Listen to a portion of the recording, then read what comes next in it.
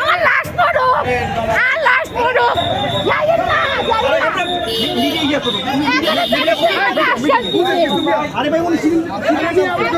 দর্শক, এই মুহূর্তে কিন্তু আপনারা দেখতে পাচ্ছেন 35 শিক্ষার্থীরা তারা কিন্তু আবারও সচিবালয়ের সামনে, এবং সেটি নিয়ে কিন্তু আসলে এখানে পুলিশ প্রশাসনে যারা রয়েছেন তারা কিন্তু তাদেরকে এই জায়গাটি ত্যাগ করার জন্য বলছে, এবং সেখানে 35 শিক্ষার্থীরা কিন্তু এখানে অবস্থান নিয়েছে।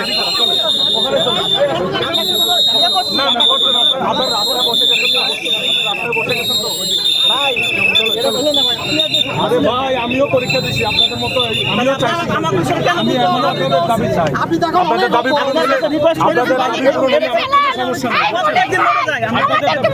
প্লিজ শুনেন, তাহলে বর্তমান সরকার কেন ক্যামেরা ধরে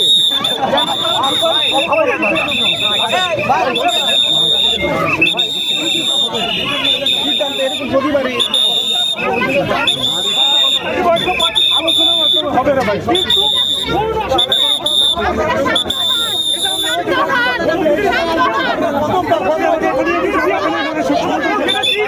আমি তো চাইলে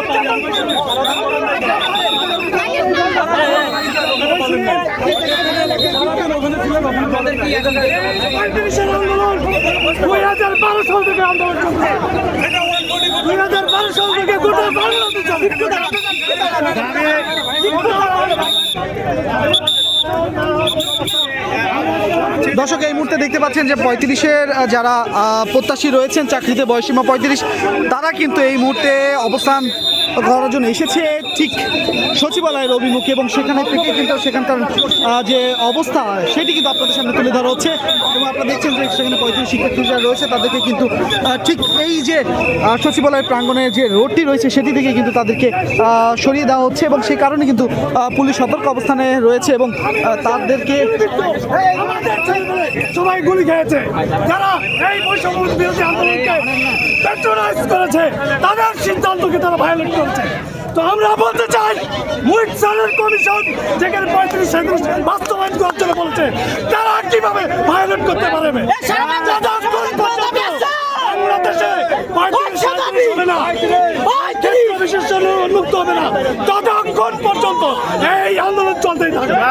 ঠিক আছে দর্শক, আমরা দেখছি এই মুহূর্তে আপনারা দেখতে পাচ্ছেন যে 35-এর যারা রয়েছেন তারা এখানে অনেকে দেখছি তারা এখান থেকে আসলে যাবে না, এমন কথা কিন্তু বলছে।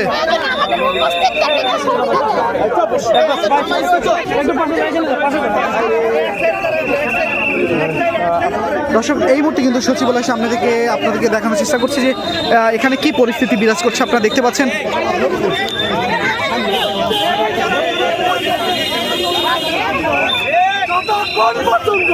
বাংলাদেশে চাকরির প্রবেশের বয়সীমা উন্মুক্ত হবে না, আমরা দর্শক, আপনাদেরকে সরাসরি আপনাদেরকে এখানকার পরিস্থিতি দেখানোর চেষ্টা করছি। ভাই, আমাদের কেন এখন বর্তমানে সবার চাহিদা পূরণ করতেছে, সবার দাবি পূরণ করতেছে। আমরা কি তাদের কাছে টাকা চাইছি, পয়সা চাইছি? আমাদের কি দাবি ফ্ল্যাট দেন বলছি? আমরা বলছি চাকরির আবেদনের সুযোগ দেন রে ভাই। আমার মেধা থাকলে আমি চাকরি করব, মেধা না থাকলে নাই, মনকে বুঝাবো যে হ্যাঁ। কিন্তু এই আন্দোলনটা কোন মাফিক হয়েছে? আমাদের মাধ্যমে। কিন্তু আমরা 32+ হয়ে আমরা এই আবেদনের সুযোগ পাই নাই। যারা না চাইছে, যারা 28 বছর 30 বছর। দর্শক, এই মুহূর্তে কিন্তু আমরা রয়েছি ঠিক সচিবালয়ের সামনে। এখানে কিন্তু আপনারা জানেন যে 144 দ্বারা জারি করা, এবং সেই জায়গাটিতে আসলে কোনো ধরনের মিছিল মিটিং করা কিন্তু আসলে আইনত দণ্ডনীয় অপরাধ, কারণ এখানে 144 দ্বারা জারি করা রয়েছে। সেই কারণেই কিন্তু এখানে পুলিশ তাদেরকে দাঁড়াতে দেয়নি, এবং এই জায়গাটি থেকে তাদেরকে কিন্তু সরিয়ে সচিবালয়ের সামনে থেকে সরিয়ে তাদেরকে শিক্ষা ভবনের দিকে নিয়ে আসা হয়েছে, এবং তারা এই জায়গাটিতে অবস্থান করতে চায়। এবং এই নিয়ে যে বিষয়গুলো সেটি কিন্তু আপনারা দেখতে পাচ্ছেন এই মুহূর্তে।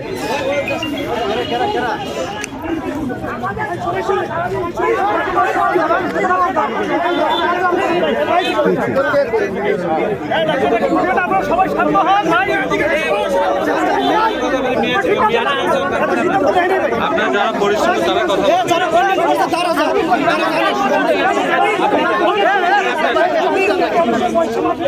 কথা